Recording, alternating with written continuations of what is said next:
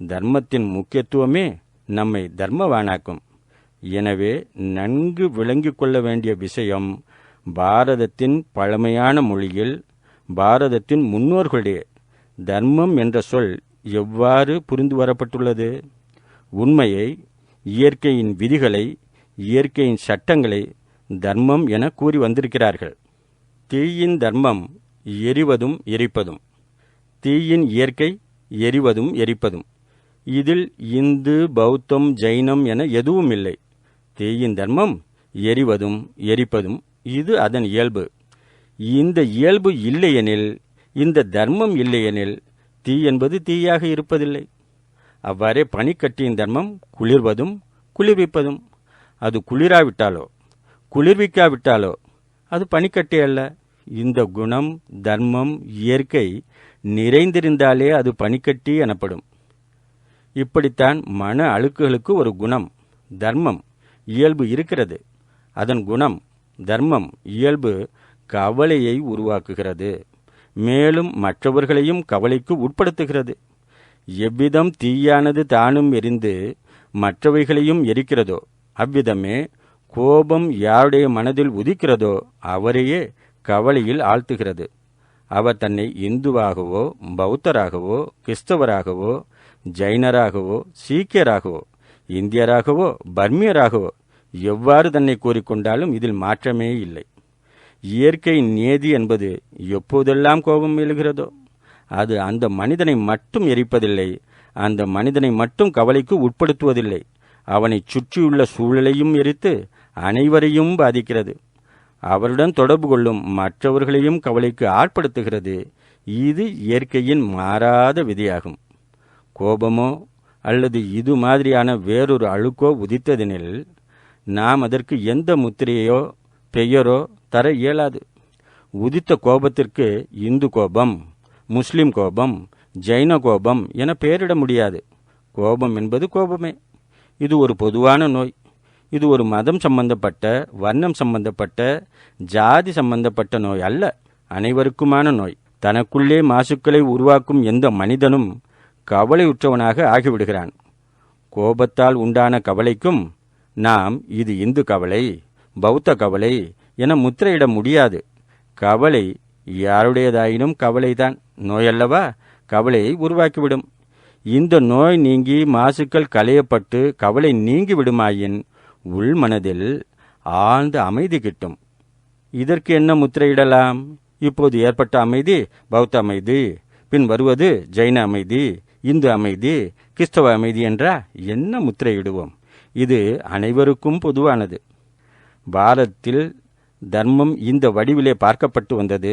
இதுதான் சட்டம், இதுதான் விதி, இயற்கையின் விதி. இவ்விதியின்படி நமது வாழ்க்கையை வாழ ஆரம்பிக்க வேண்டும். நம்முள்ளே மாசுக்கள் உருவாக வேண்டும் என இயற்கை விரும்புவதே இல்லை. இயற்கையின் விதிமுறை தர்மம் நம்முள்ளே மாசுக்கள் உருவாவதை விரும்பவில்லை. ஏனெனில் மாசுக்கள் எழுந்தவுடன் தண்டனையும் கிடைப்பது தெளிவாகிறது. இயற்கை நம்மை தண்டிக்கிறது.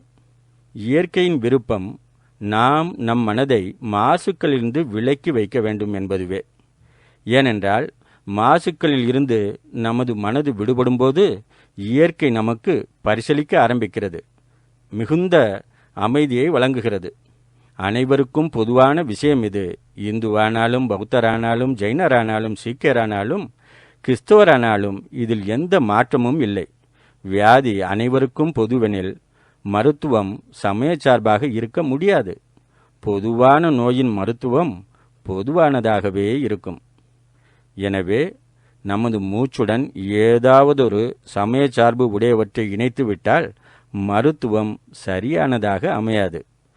ஏதாவதொரு பெயரை இணைத்துவிட்டால், ஏதாவதொரு உருவத்தை இணைத்துவிட்டால் யாருடைய உருவமாக அமையும்?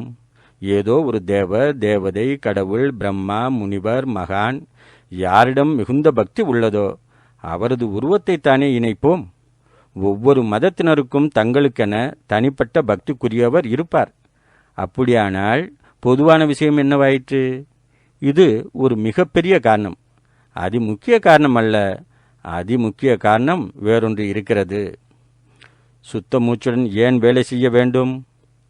ஏதாவதொரு சொல்லை இணைத்தால் மெதுவாக மூச்சின் அறிதல் மறைந்து சொல்லை மீண்டும் மீண்டும் உச்சரித்து மனம் ஒருமைப்பாட்டை அடைந்துவிடும்.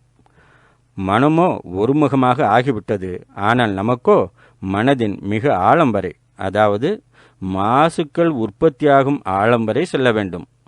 அனுபவத்தின் துணையை கொண்டு உற்பத்தியாகும் காரணங்களை அறிந்து அதிலிருந்து விடுபட வேண்டும். அந்த வேலை நின்றுவிட்டது. மனம் ஒருமுகப்பட்டு விட்டது. ஏதாவது ஒரு உருவத்தை மூச்சுடன் இணைத்து விட்டால் மூச்சை பற்றிய எண்ணம் அதில் சிறிது சிறிதாக விடுபட்டு போகிறது. உருவம் முக்கியமானதாகி மனம் அவ்வுருவத்தில் முழுமையாக மூழ்கிவிடும், ஒருமைப்பட்டுவிடும், ஒருநிலைப்பட்டுவிடும்.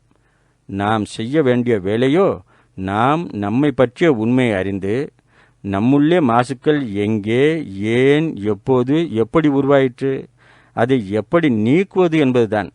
இந்த விஷயங்கள் விடுபட்டுவிடும். இவ்விஷயங்கள் விடுபட்டு விடுமாயின் முக்திக்கான பாதையும் விலகிவிடும். எனவே எந்த சொல்லையும் பெயரையும் மந்திரத்தையும் இணைக்க விடுவதில்லை. இச்சமயத்தை இணைக்காதே, நமது சமயத்தை இணைக்கலாம். இவ்வாறு கூறும் மனிதர் நம்மை ஏமாற்றும் மனிதரே. அந்த சமய சார்புடைய மனிதர் மற்றவருடைய கூண்டிலிருந்து விடுவித்து தனது கூண்டில் அடைக்க விரும்புகிறார். எனவே எந்த பெயரும் சமயம் சார்ந்த பெயரும் உருவமும் இணைக்காது சுத்த மூச்சின் துணை கொண்டு செல்ல வேண்டும். சுத்த மூச்சின் துணையால் நமக்கு என்ன கிடைக்கும் என்பதை இப்போது அறிவோம். தூய மூச்சின் துணை கொண்டு முன்னேறும் போது நம்முள்ளே நம்மை பற்றிய உண்மைகள் வெளிப்பட துவங்கிவிடும். அனுபவத்தின் அடிப்படையில் வெளிப்பட துவங்கிவிடும். நம்மை பற்றிய உண்மை என்ன? நம்மை பற்றிய உண்மை, அதாவது இந்த உடல் முழுவதும், இவ்வுடல் நானல்ல, எனதல்ல, என்னுடைய ஆத்மா அல்ல என புத்தி அளவில் கூறுகிறோம். உடல் தனி, ஆத்மா தனி என குழந்தை பருவத்திலிருந்து கேட்டு வருகிறோம். அப்படி ஒரு முத்திரை குத்தப்பட்டிருக்கிறது. உள்ளே நுழைந்து பார்க்கும்போது உண்மையிலே உலக நடைமுறையில் இந்த உடலே நானாக ஆகியிருக்கிறது. உடல் எனதாக இருக்கிறது. இவ்வுடம்பின் மீது நான் எனது என்னும் பற்றை உருவாக்கியுள்ளோம். இந்த பற்றினை இறுக்கத்தின் மேல் இறுக்கம் உண்டாகும்படி உருவாக்கி கொண்டிருக்கிறோம். இறுக்கத்தின் மேல் இறுக்கம், மாசுக்களின் உருவாக்கம், தொடர்ந்து கவலை உருவாகிறது. அவ்வாறு இந்த மன அமைப்பும் மேலெழுந்த வாரியாக அறிவின் ஆதாரம் கொண்டு இச்சித்தம், இந்த மனம் நானல்ல, எனதல்ல, இது எனது ஆத்மா அல்ல, இதுவோ மாறிக்கொண்டே இருப்பது, அழியக்கூடியது.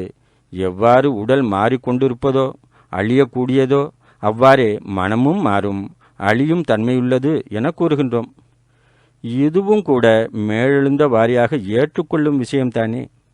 உலக வாழ்க்கை நடைமுறை உண்மை இச்சித்தம், இம்மனம் நான் எனது என்பது உள்ளே சென்று அறியும் போது தெளிவாகும்.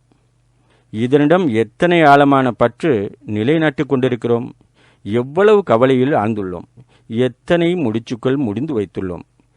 இத்தனை உண்மைகள் நம்முள்ளே உள்ளன. உடலை பற்றிய முழு உண்மையை அறிந்து கொள்ளுதல், மனதை பற்றிய முழு உண்மையை அறிந்து கொள்ளுதல், இதுவே தன்னை பற்றி அறிந்து கொள்ளுதல் ஆகும். இதையே பழமையான மொழியில் ஆத்ம தரிசனம் என்றார்கள். ஆத்ம தரிசனம் என்பது தன்னை பற்றி அறிதல். எதை நான் நான் நான் என்கிறேனோ அதை அனுபவபூர்வமாக அறிதல். அந்த ஆத்ம தரிசனம், அந்த சுய தரிசனம், இதையே உண்மையின் தரிசனம் என்று அழைத்தார்கள்.